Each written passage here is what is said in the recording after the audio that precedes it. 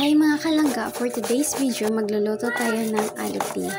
Ayan, kinudkod na ni Papa yung kamuting kahoy. At naturyas na din yung lubi at nilagyan ng kalamay or asukal. Pagkatapos makudkod yung kamuting kahoy ay pinigaan yun. At saka hinalong-halo sila lahat. Dinagdagan lang yan ng asukal ng aking big brother. At saka nakaprepare na din yung dahon ng saging, sinilaban nga pala yan ng apoy. At dineliver na ng aking anak ang dahon ng saging. Yung big brother ko nga pala yung nakapag-isip na magluto ng alupi kasi kakauwi niya lang dito sa probinsya. At siya din yung kumuha ng kamuting kahoy doon sa taniman at hindi na na-videohan. At hito na, pinutos-putos na namin yung kamuting kahoy meat with buko plus sugar for taste. We prepared this for snacks in the afternoon, pero hanggang dinner ko to nung gabi. At hindi na ako kumain ng kanin kasi good for dinner naman to at malaki na ang aking bilbil. Nakaka-enjoy talaga magbalot nito.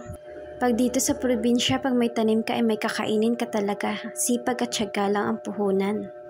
At pwede mo din tong pagkakitaan, diskarte lang talaga ang kulang.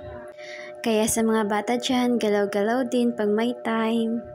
Huwag puro cellphone, magtanim ka din pag may time. Pag masipag ka ay may pagkain ka talaga dito sa probinsya. At yan, tinali ko na silang dalawa para hindi maghiwalay. At para magkayakap silang maluluto sa mainit na tubig. At heto na nga pala yung mga natapos naming nabalot. And he put it on the caldero for steaming.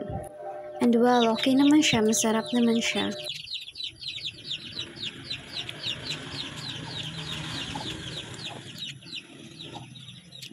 Thank you for watching.